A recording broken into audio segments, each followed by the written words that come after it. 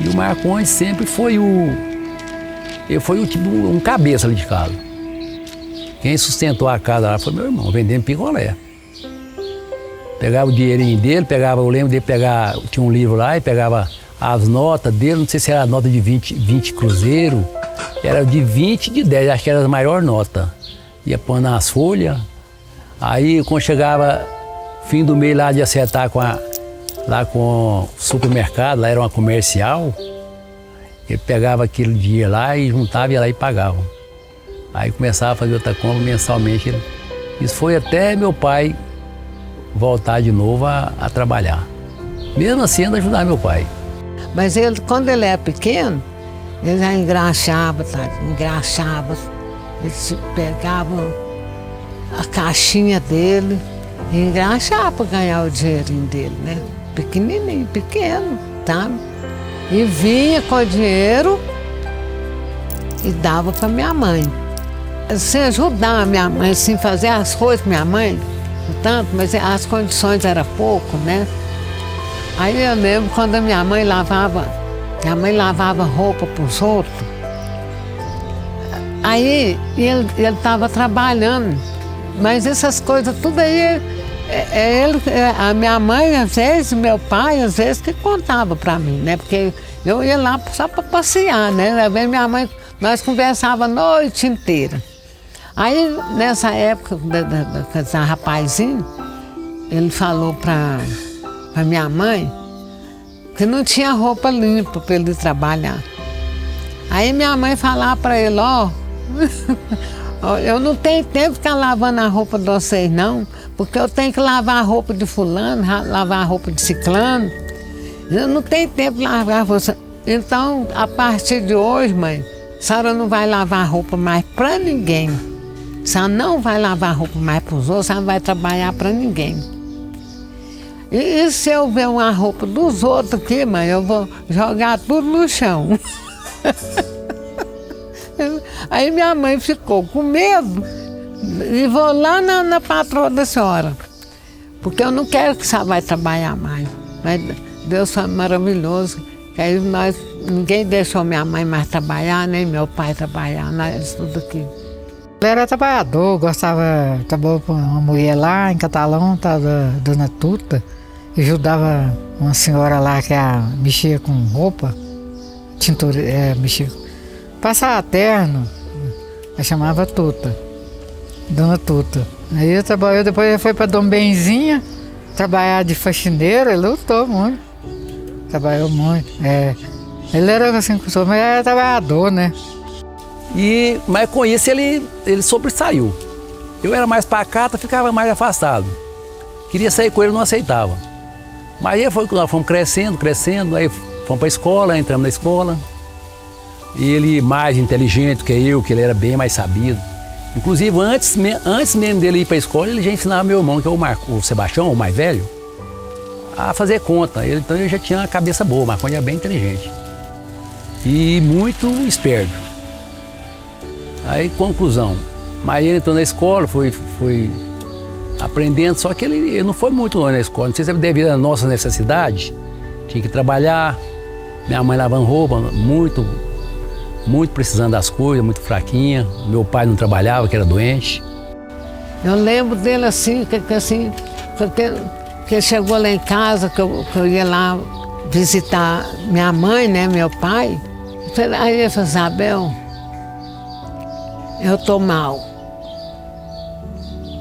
Estou passando uma situação difícil, muito difícil, passando. Isabel, lá em casa eu tô... lá em casa eu tô passando roupa, esquentando o ferro no fogão. Os meninos pequenininhos, sabe? Eu falei, mãe do céu, o que está acontecendo com o Marcondes? O que está acontecendo, mãe? Antes disso, ele estava na igreja, ele foi para a igreja, desviou da igreja, mas depois ele voltou. E aí ele foi para Uberlândia. Deus abençoou muito ele trabalhou lá. Eu acho, se não me engano, acho que foi um dos primeiros vendedores lá dessa firma de material de construção lá do Uberlândia, que eu não lembro, Terraço, eu me lembrei. Foi um dos melhores vendedores lá também. Aí depois ele passou a trabalhar por conta própria, certo? E passou muita dificuldade, mas venceu. E o Marconi foi um dos vencedores. E eu muito admirei meu irmão pelas atitudes que ele que ele tomou, que ele sempre desempenhava as coisas dele com afinco.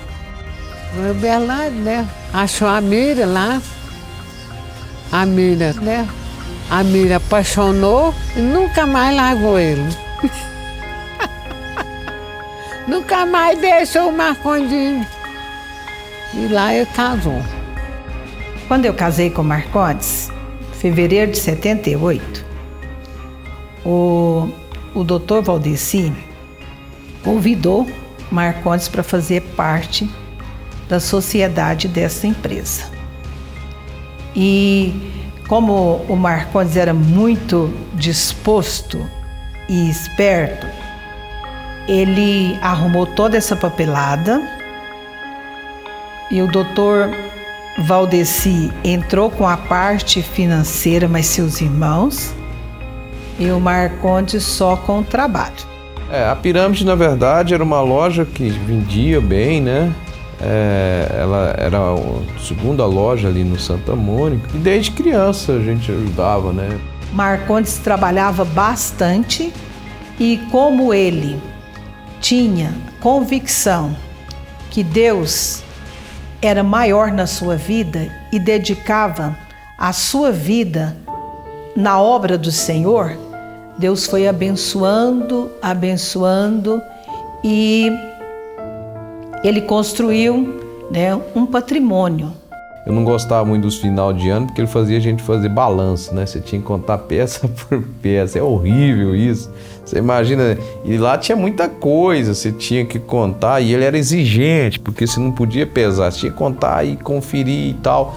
Então assim, a gente passava, ao mesmo tempo que era chato aquilo, ficar contando parafusinho, ficar contando essas coisas, né? E ele exigia, não, tem que contar todos os parafusos e tal, né? E aí ficava eu e meu irmão contando aquilo ali. E eu lembro que meu pai falava assim, não, você vai trabalhar, eu tinha 10 anos, você vai trabalhar comigo e você vai ganhar R$1. Aí eu ficava lá, mas eu nem trabalhava mesmo, eu ficava lá com ele, mesmo de companhia. E aí quando chegava no sábado, ele me dava R$1. Aí um dia eu falei, não, meu pai tá me explorando, eu vou ficar lá não. Aí eu não fiquei assim, mais igual eu ficava, mas o tempo todo, assim, com ele, com a minha mãe. Teve uma época que eu fui descarregar um cascalho, eu batia a enxada assim, a enxada ia pra cima. Aí sofri nesse dia. Mas assim, essas coisas nos ensinaram a valorizar que não se ganha as coisas de forma fácil. Teve alguns momentos em que a loja passou por algumas crises, em virtude até do país mesmo, algumas crises. Ele mandava as pessoas embora e ele ia para o balcão, ele não tinha problema nenhum. E isso foi uma coisa que ele ensinou. Se ele tivesse dificuldade, ele não ficava mantendo a pose, ele ia para o balcão. Eu comecei aqui e eu volto para cá. Ele sempre foi um paizão. O que eu mais admiro no meu pai é a fé que ele tinha. Ele tinha uma fé muito grande. Ele acreditava que aquilo ia acontecer e realmente, muitas das vezes na loja, estava aquele paradão e precisava pagar uma duplicata que vencia. Aí no dia anterior, por exemplo, a duplicata vencia hoje e ele não tinha um dinheiro. Aí ele ia para oração no dia anterior, cortava de madrugada e orava. E no outro dia vendia, ele conseguia pagar as duplicatas que ia vencer naquele dia. Então ele tinha muita fé e ele tinha uma proximidade com Deus que é de admirar. A gente lembra disso com muita alegria, né? Realmente, porque ali ele nos ensinou a ser homem, né? A valorizar as coisas, valorizar o que tem, que as coisas não são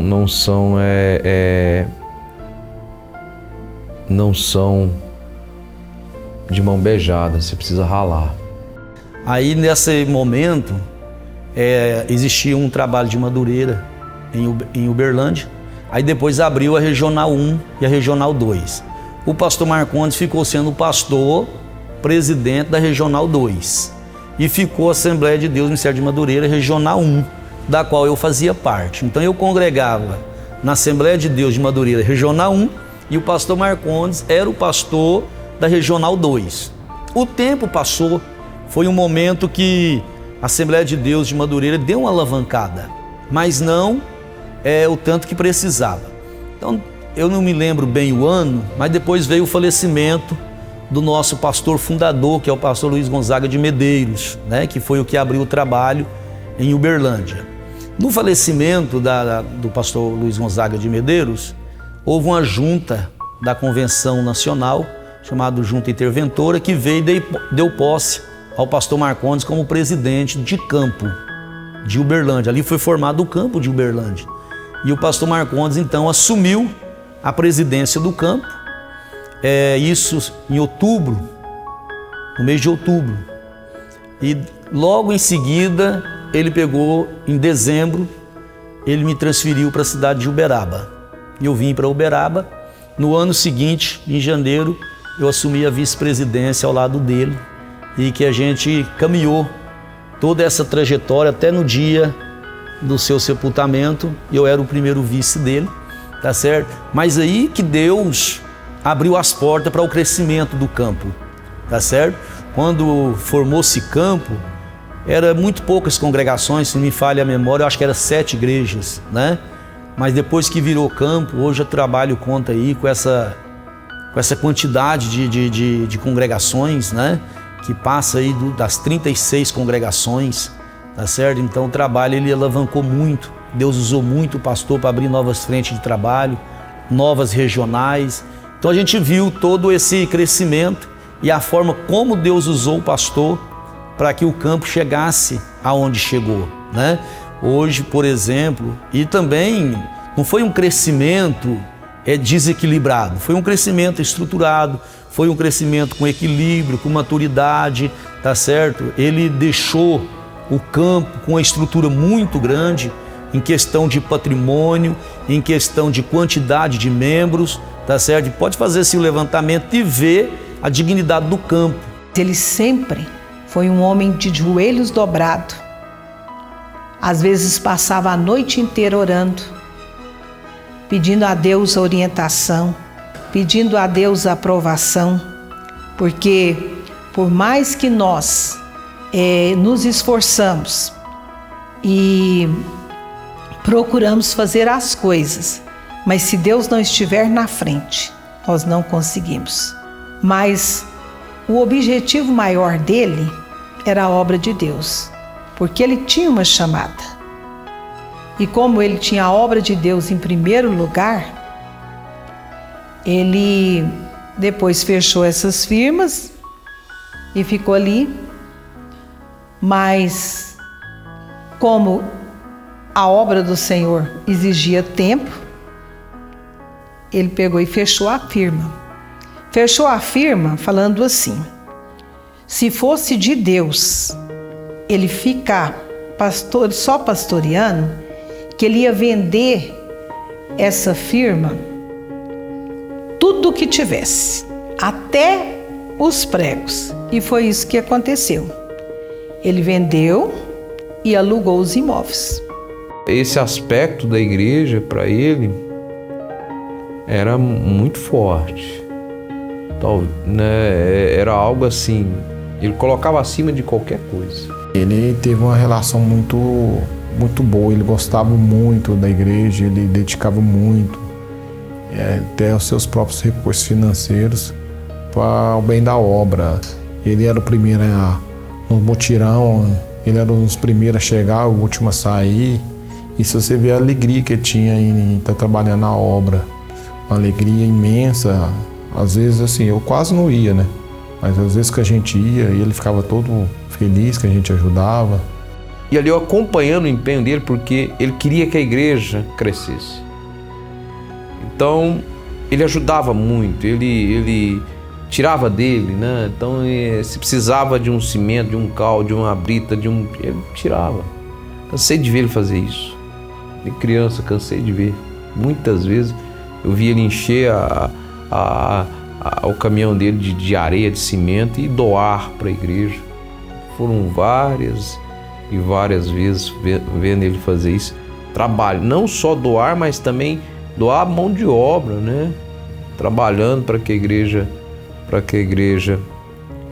crescesse. Sentava uns 30 tijolos lá no outro dia, tava muita, tá ficando muito bom, fica muito feliz, tá ficando bom demais. Ele tinha uma relação muito boa com a igreja e ele gostava muito da obra do Senhor, e o crescimento da obra era uma das coisas que mais o gratificava. Nessa noite Jesus quer mudar a sua história. Nessa noite Jesus quer mudar todos os seus planos. Nessa noite Jesus quer abrir a porta grande para você. Aquela porta que você tem que buscar. Quem sabe 1 ano, quem sabe 2 anos, quem sabe 3 anos.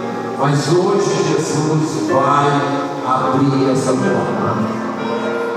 Feche seus olhos. Ele sempre se esforçou, e não só concernente à igreja, porque ele construiu todo esse patrimônio que ele tem hoje, porque ele queria dar o melhor para a sua família também.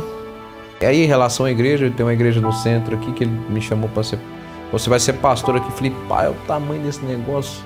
Como é que paga o aluguel disso? Vai dar certo. E me sentou lá, você tem que se confiar, você tem que acreditar. E assim, ele sempre foi assim.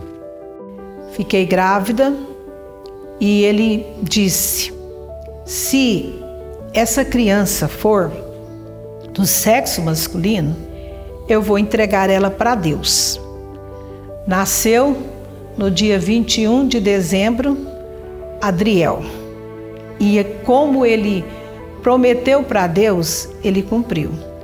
Mas, aos 4 meses, Adriel foi acometido de uma convulsão muito grande e ele e minha mãe saíram rapidamente e foram para a medicina. Ali Adriel deu seus últimos suspiros. Marcondes, que tinha uma fé muito grande, e ele dobrou os joelhos no corredor do pronto-socorro. O médico bateu nas suas costas e disse: não tem mais jeito, esse é o fim de todos nós. E ele continuou a oração e de repente ele viu um barulho naquele quarto. Adriel estava voltando. Adriel voltou e a preocupação do Marcondes e da nossa família era conduzir aquela criança aos caminhos do Senhor. Eu acho que meu pai tinha alvos para cada filho, né? Alvos para cada filho. E em relação a mim, o alvo maior que ele tinha em relação a mim não era nem ser advogado, nem ser uma pessoa de posses, não. O alvo que ele tinha, que ele sempre repetia, era que eu fui chamado, escolhido por Deus para ser um pregador da palavra de Deus e para ser um pastor. E o que marca mesmo esse ser um pastor ele não falava, ele falava pregador da palavra de Deus, e aqui acabou acontecendo naturalmente a partir do momento que você vai se empenhando no ministério e vai correspondendo àquilo que de fato ele tinha planejado, né? Ninguém se torna um pastor ou é um pastor de criança, né? Mas essa educação cristã, que é marcada inclusive pelo aquele terno ali, né? Aquele terno ali, eu lembro.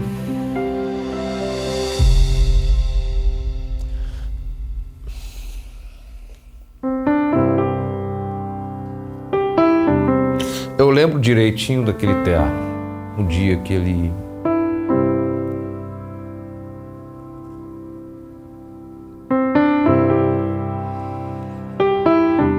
dia que ele me deu aquele terno. Eu lembro, eu ia pregar num congresso de criança. Eu ia pregar num congresso de criança. Da igreja. Era o primeiro congresso de criança. Primeiro congresso de criança. Daqui de Uberlândia, da Assembleia de Deus Missão aos Povos. O primeiro congresso. E ele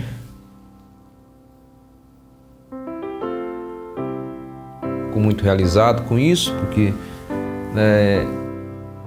e ele falou assim: filho, eu vou comprar um terno para você.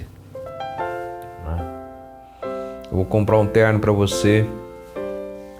E eu lembro direitinho que a gente foi. Eu fui com ele. Vamos lá, filho. Eu fui com ele lá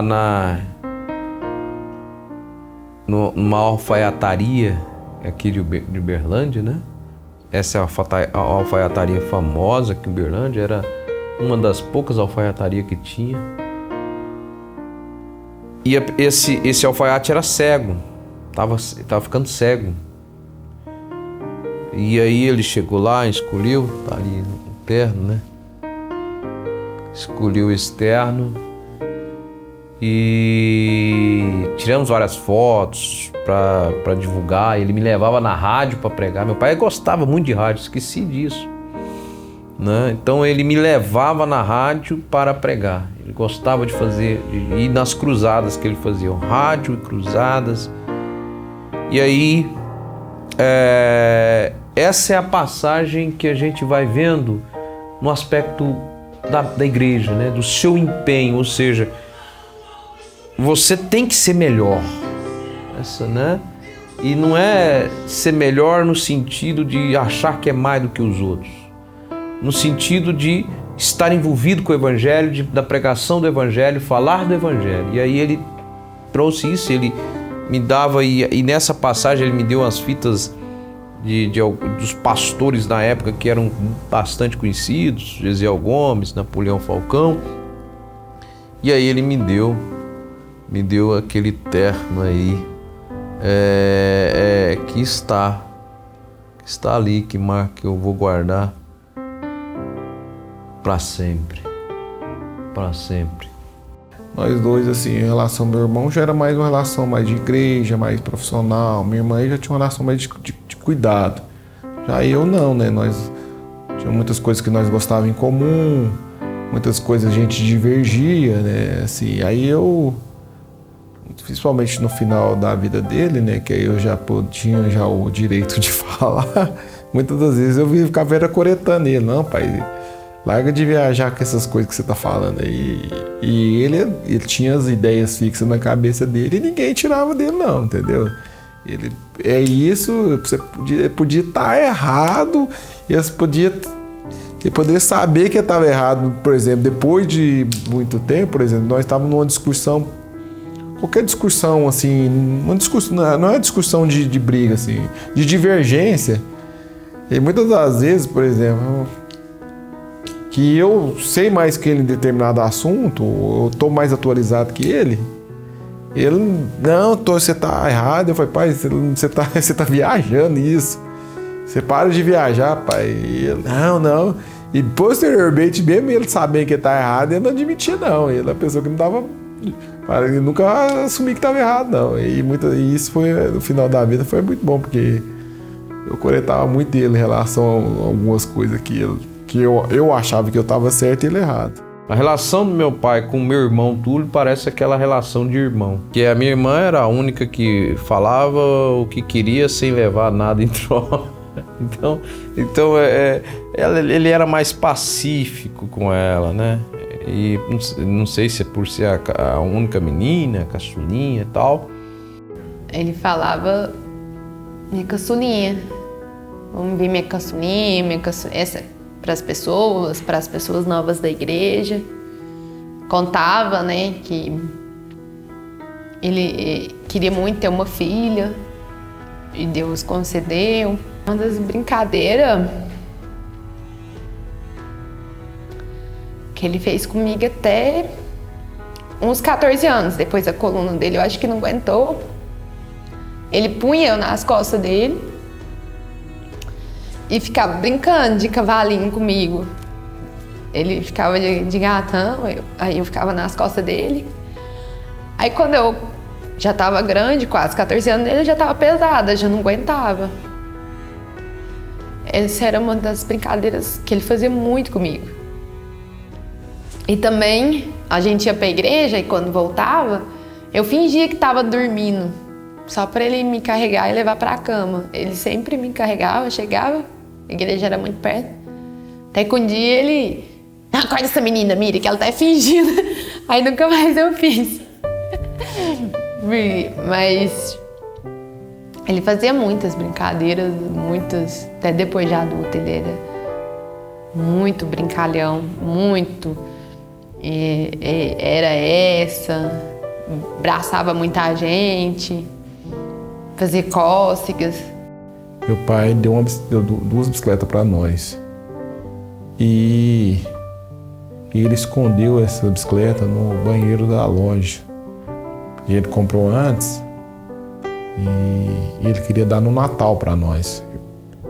E eu lembro direitinho quando eu ganhei essa bicicleta, porque quando você é novo, né, 6, 7 anos, a coisa que mais você quer é ganhar uma bicicleta, né?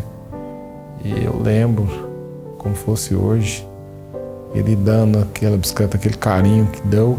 Eu já nem sabia andar direito, meu irmão é mais velho, eu sei que eu comecei a andar e eu caí nas latas da loja do meu pai. É uma lembrança muito boa que eu tenho dele. Tinha na época, eu acho que era um Uno, e aí ele foi eu e o meu irmão foi andando de bicicleta novinha que ele tinha dado para nós, ali do bairro Santa Mônica até o Martins. Isso foi uma festa, foi algo assim, parece que a gente conseguiu vencer uma barreira, né? Consegui andar na rua e eu andei do Santa Mônica ao Martins de bicicleta. Então são essas histórias, né, que a gente lembra com muita alegria, né? Que marcaram efetivamente a nossa história, as reuniões, as brincadeiras que a gente tinha. Aquele carinho de dar no momento certo, né? Porque quando você tem criança, 7 anos, todo mundo quer uma bicicleta. Eu lembro direitinho dessa bicicleta, era uma Caloi vermelha ela tinha no aro tinha umas carlotas vermelhas e meu irmão tinha uma Caloi com as carlotas azul. Esses filhos era tudo para ele. Investiu o que podia. Ensinou os caminhos do Senhor, mas também ensinou a como eles enfrentaram a vida. Tem uma persona aqui hoje. Olha! Que isso mesmo? Tá aí dentro? Ué, tu meus parabéns, velho.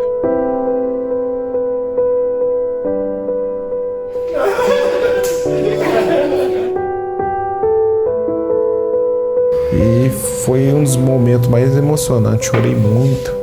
Ele chorou, abracei ele, eu gostava de abraçar ele, ele não gostava de me abraçar. Eu fiquei muito feliz com a felicidade que ele teve em receber aquela notícia. E eu não esperava a reação dele, não. Ele ficou muito feliz, bem mais do que eu pensei. Ficou mais feliz que o Túlio. Fez festa. Tá bonita, mulher grávida é bonita, né? Deixa eu tirar uma foto. Ele pediu para tirar uma foto comigo. Aí ele chamou a irmã Miriam e nós tiramos uma foto, deu no início da gravidez. Era alguém muito amoroso, carinhoso com todo mundo. Aí acho que a lembrança que a maioria das pessoas tem dele, né, vai ter para sempre, é a alegria em toda situação, assim, independente da que seja. Era bom que ele brincava muito. Ele era o melhor avô do mundo. Aí a gente chegava no portão, aí a gente baixou o interfone várias vezes, que aí ele já sabia que era nós. Aí ele chegava, as neguinhas do vovô. Ele gostava que eu cantava pra ele. Já não pode ainda adorar, se não tem motivos pra cantar. Abandona esse Deus e morre, mas não adoro pelo que ele faz, nem pelos fundamentos materiais. Eu adoro pelo que ele é, eu sou dele, tudo é dele. John, você não tem motivos, perder seus pais, seus filhos, seus amigos. O que você vai fazer? Eu vou adorar. Ele era demais, como ele dizia, fenomenal. Obrigado, né, pelo exemplo que ele foi de homem de Deus, de pai, né, de avô. E que nós possamos sempre lembrar dele com essa alegria, com a alegria que ele tinha, com a fé que ele tinha, né, com a história de vida que foi inspiradora, que nós possamos nos inspirar, né, no homem que ele foi, de coragem, de fé e de exemplo para todos nós. Além de ser engraçado, extrovertido, eu tinha ele como um amigo. O último trabalho que eu fiz com o pastor, ele me convidou para ir lá em Catalão. Foi eu e minha sogra. E lá a gente foi conhecer umas senhoras, uma irmã que, assim, eu acredito que foi muito importante, muito especial na vida do pastor. Ela não me lembro o nome, a missionária Clarice, se eu não me engano. A gente foi na casa dela. E lá ele foi reviver a infância dele. Eu falo porque foi muito importante, porque aquela mulher levou uma palavra de Deus para ele, no momento que ele estava até assim afastado dos caminhos do Senhor. Através dessa palavra que essa irmã levou para ele, uma oração que eu me lembro que ela falou que foi lá na casa dele fazer uma visita, foi muito forte. Tudo isso se deve, primeiramente, a Deus. E segundo essa serva do Senhor, com 92 anos, que tem uma vida ilibada, uma vida no altar, Deus mostrou para ela que através, aleluia, dela sendo vaso, sendo usada por Deus, pode tirar uma pessoa das garras de Satanás. Eu tenho um prazer muito grande. Eu devo isso a essa benegada serva do Senhor. Eu só tenho a agradecer a ela. Eu só tenho a agradecer a ela. E os demais irmãos componentes que tiveram naquele dia. Eu não sei se eu vou ver essa anciã mais. Mas se a gente não ver aqui, nós veremos lá na glória. Eu lembro quando ele começou a faculdade de Direito, a faculdade não é fácil. E eu e meu irmão Túlio, o Driel, que é o mais velho, sempre incentivou. Mas eu e meu irmão Túlio ficava zoando, apostando. Não, ele não vai 1 ano. Ele foi. Não, 2 anos ele não vai. Ele foi. Não, 3 anos, Túlio. E aí depois ele falou, realmente, o velho, a gente chamava ele de velho, né? O velho é o nosso orgulho.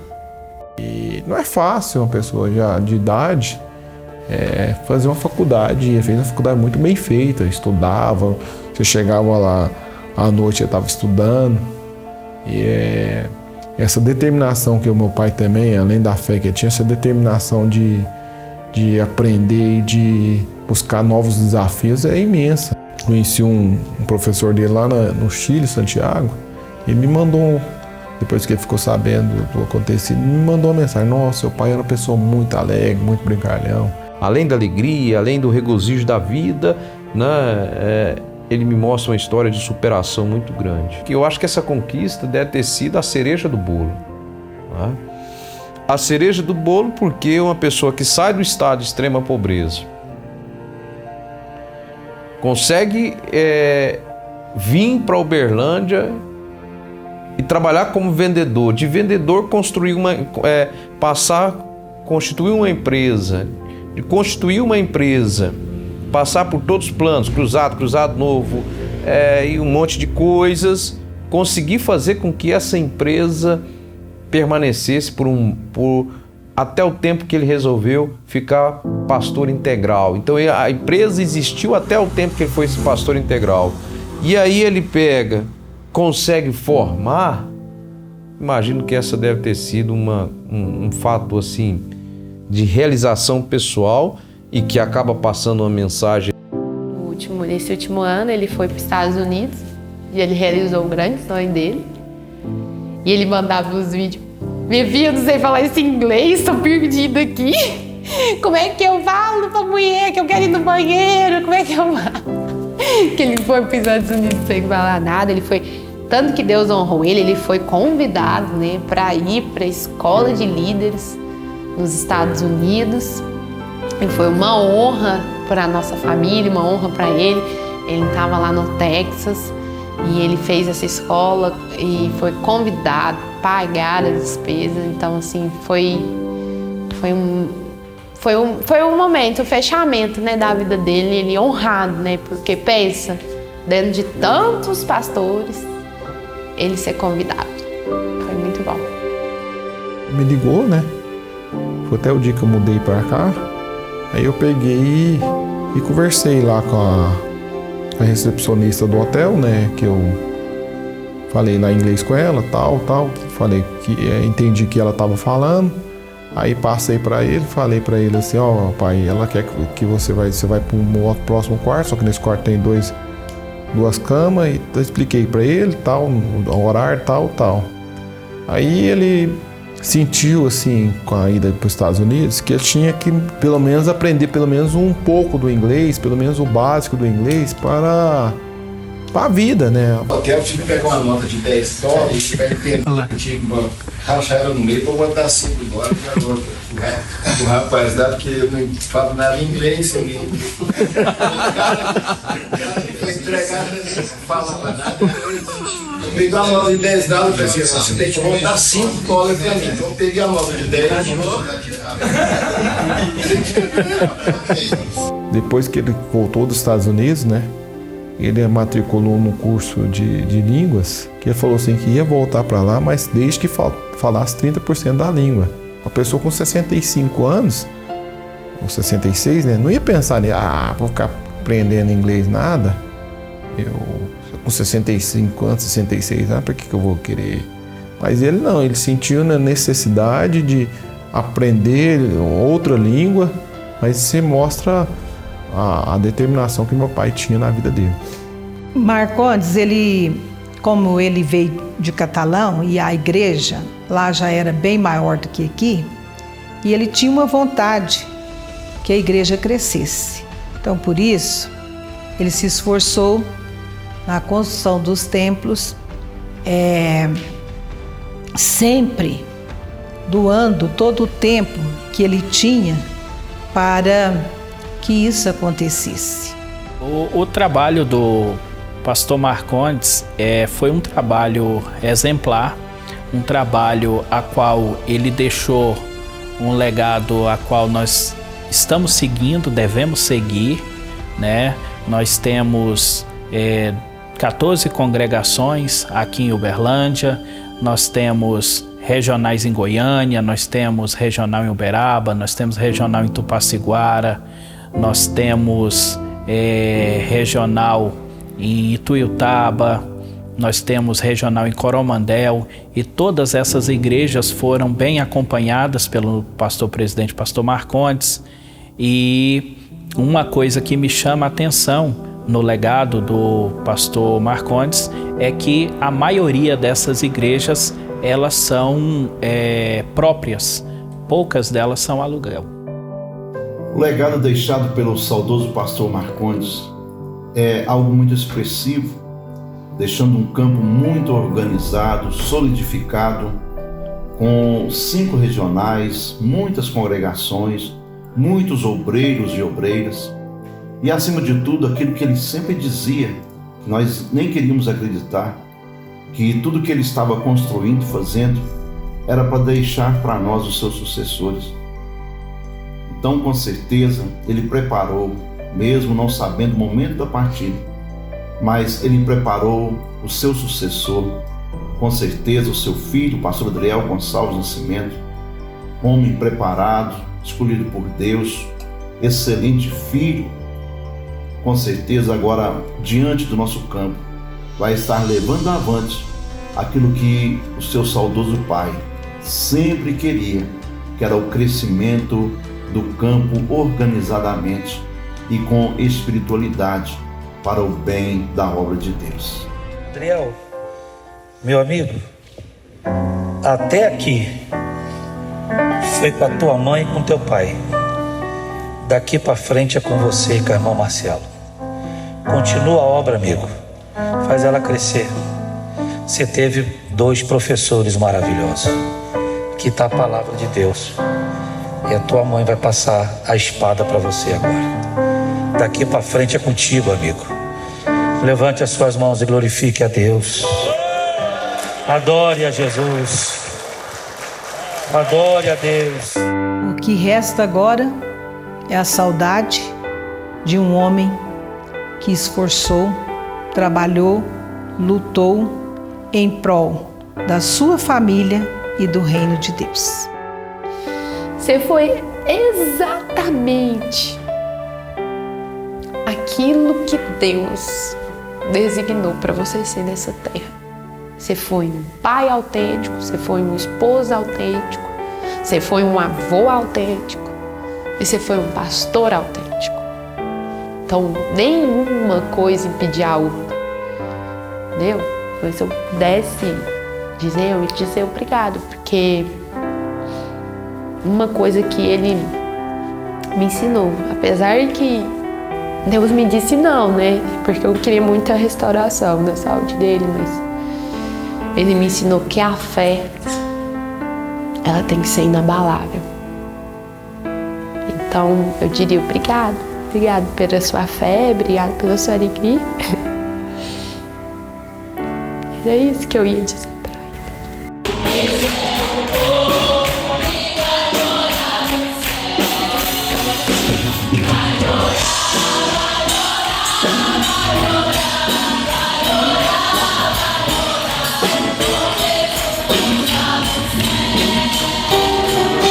Pastor Marcondes vai deixar uma saudade tremenda, mas também vai ficar cravado em nossa mente aí aquele homem alegre, cheio de energia, com muita vontade de viver e que nos últimos 2 anos aí, toda madrugada me mandava mensagem: bora orar, bora orar.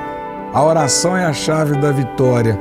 E estou aqui para falar de uma pessoa realmente incrível, incomparável. Pastor Marcondes vai deixar uma saudade muito grande na nossa convenção, porque as nossas convenções sempre foram muito alegres pela presença dele. Quando ele chegava, ele transmitia uma alegria. O ambiente podia estar o mais tenso que fosse, mas o pastor Marcondes chegava com uma alegria contagiante.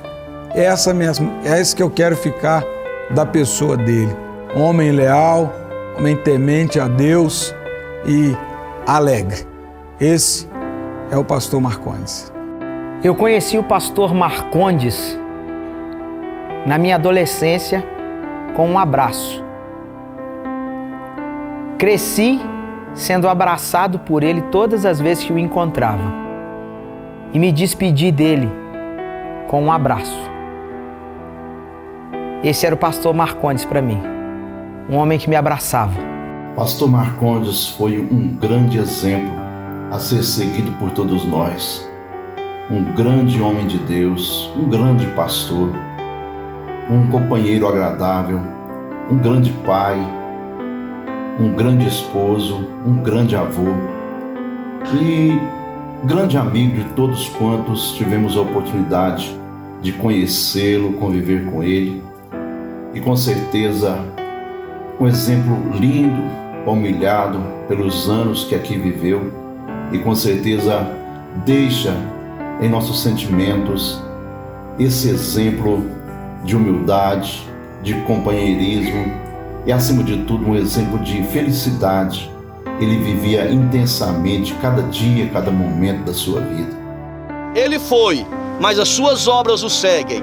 Nunca vamos esquecer do que ele nos ensinou, do que ele nos orientou, e nós vamos levar para a nossa vida, até o dia assim também que o Senhor nos chamar. E contando toda essa história, a gente vai lembrando de muitas outras. A minha maior realização é que eu vivi muito bem com meu pai. A melhor mensagem que eu poderia dizer para ele é que ele foi um vencedor. Ele é um guerreiro. E eu diria para ele também aquilo que está em Salmo 127, né? Que os filhos são herança do Senhor, e são como flechas na mão do valente. Então a mensagem correta é: meu pai foi um valente que teve flechas e atingiu os alvos. Dizia: guerreiro, você foi valente, você teve as flechas, atingiu os alvos. Muito obrigado. Como pode ainda adorar se não tem motivos pra cantar? Abandona esse Deus e morre. Mas não adoro pelo que ele faz, nem menos por bens materiais. Eu adoro pelo que ele é. Eu sou dele, tudo é dele. Jó, você não tem motivos, perdeu os seus bens, seus filhos, seus amigos. O que você vai fazer? Eu vou adorar, simplesmente adorar.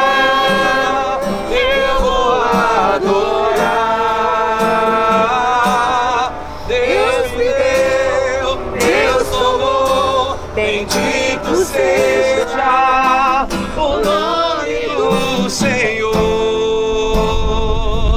a Ele a glória, a Ele a honra e o louvor, a Ele a glória.